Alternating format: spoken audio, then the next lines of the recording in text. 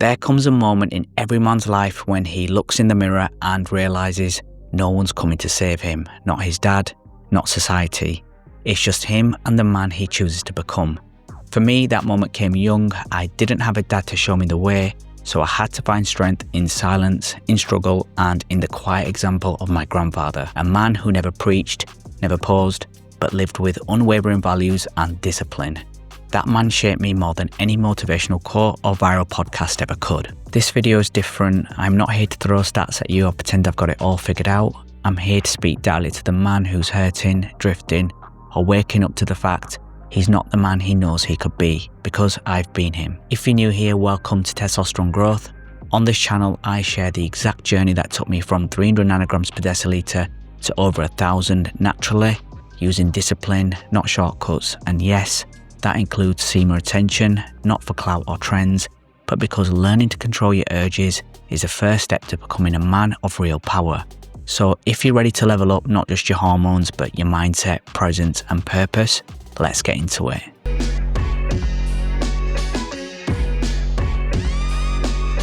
My grandfather wasn't perfect, he wasn't rich, he didn't read self-help books, and he certainly didn't attend men's conferences, but he was solid, consistent, and above all, present. In a world full of men who are physically there but emotionally and spiritually absent, his presence shaped my entire world.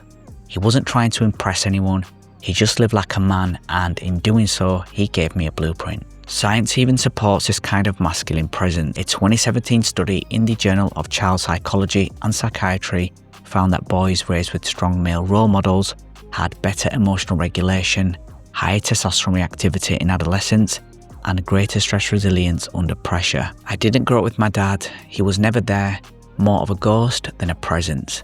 Just a name, a source of pain I carried without understanding it fully as a kid. Birthdays, school events, moments when you wish your dad would show up, he wasn't there for any of it. I learned early that I couldn't rely on him for guidance, for support, or even just basic consistency. And that leaves a hole, a kind of silent craving inside you that you don't even realise is there until you start noticing it in how you behave around others. But I had my grandfather, and he stepped up in ways that mattered more than I could have imagined at the time. He didn't sit me down and spell out, this is how to be a man, but he taught me through his actions, his presence, and the way he lived his life. I watched him handle responsibilities I didn't yet understand, and slowly, I began to piece together what it meant to be a man, not from words, but from example. Growing up without a dad, you're constantly searching for masculinity. It becomes this puzzle you're trying to solve. You look for clues in athletes, people on TV, in older boys in your area who seem confident or untouchable. You imitate what seems strong, hoping it will somehow fill the gap inside you. You take scraps of behaviour, of attitude, of confidence, and try to stitch them together into something that feels like your own identity. But it's never enough. You're always chasing, always comparing, always feeling a little off because the foundation, the real blueprint, is missing. I was lucky I didn't have to rely on the streets or guesswork to figure out what it meant to be a man because I had him. A man with calloused hands, quiet strength, and unwavering consistency. He never needed to say much to teach everything that mattered. From him, I learned patience, resilience, and dignity. I learned that being a man wasn't about proving yourself to others. It was about showing up when it mattered, quietly, every single day. And those lessons, the ones you don't even realize you're absorbing, shaped me far more than any conversation, any lecture, or any book ever could. Some of the most powerful lessons I ever received were silent. Watching him fix things himself, protect without bragging, choosing restraint when he could have exploded. He didn't tell me to stop chasing women, he simply said, you're worth more than that. One sentence, but it landed deeper than 1,000 lectures. That one line stayed with me even through years when I fell into the same trap many young men face. Endless chasing, addiction to validation, and dopamine slavery. He saw it coming long before I knew what dopamine detox was. You'll lose yourself if you keep giving yourself away to everyone, he said, and now science confirms it. A 2021 study in Frontiers in Behavioral Neuroscience revealed that repeat exposure to hypersexual stimuli desensitizes the brain system, reducing D2 receptor sensitivity. In plain English, Overstimuli through porn or constant release makes it harder to feel motivated, focused, or satisfied by real life. Your ambition fades, your drive collapses, your spark dims. He didn't quote studies, but he lived like he knew the truth. Retention wasn't a movement to him, it was just old school wisdom. Control your urges, don't spill your energy for nothing. Modern science backs it too. A 2003 study in urology found that men who abstained from ejaculation for 7 days experienced a noticeable surge in testosterone levels, peaking on day 7.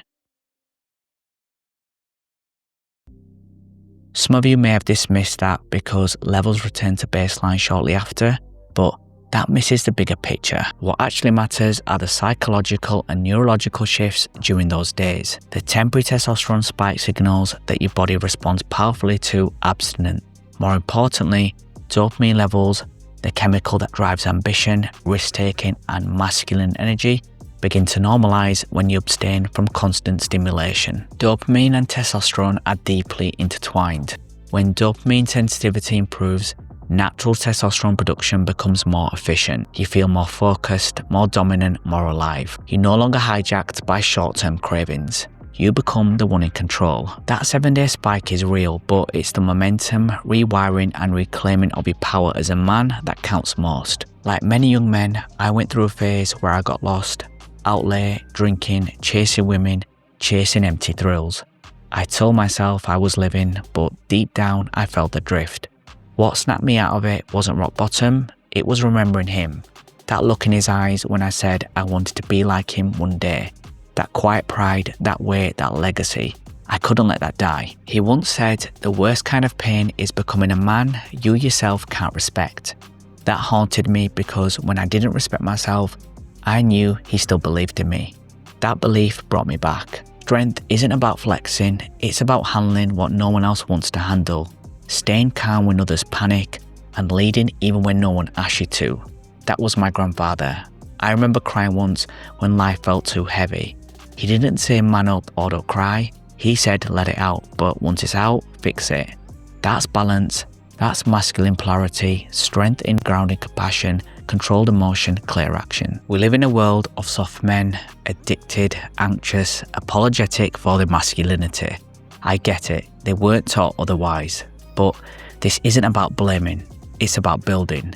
You don't need a perfect father to become a man, but you do need discipline, example, retention, and purpose. There's a generation of men who have never been told you can take control of your life.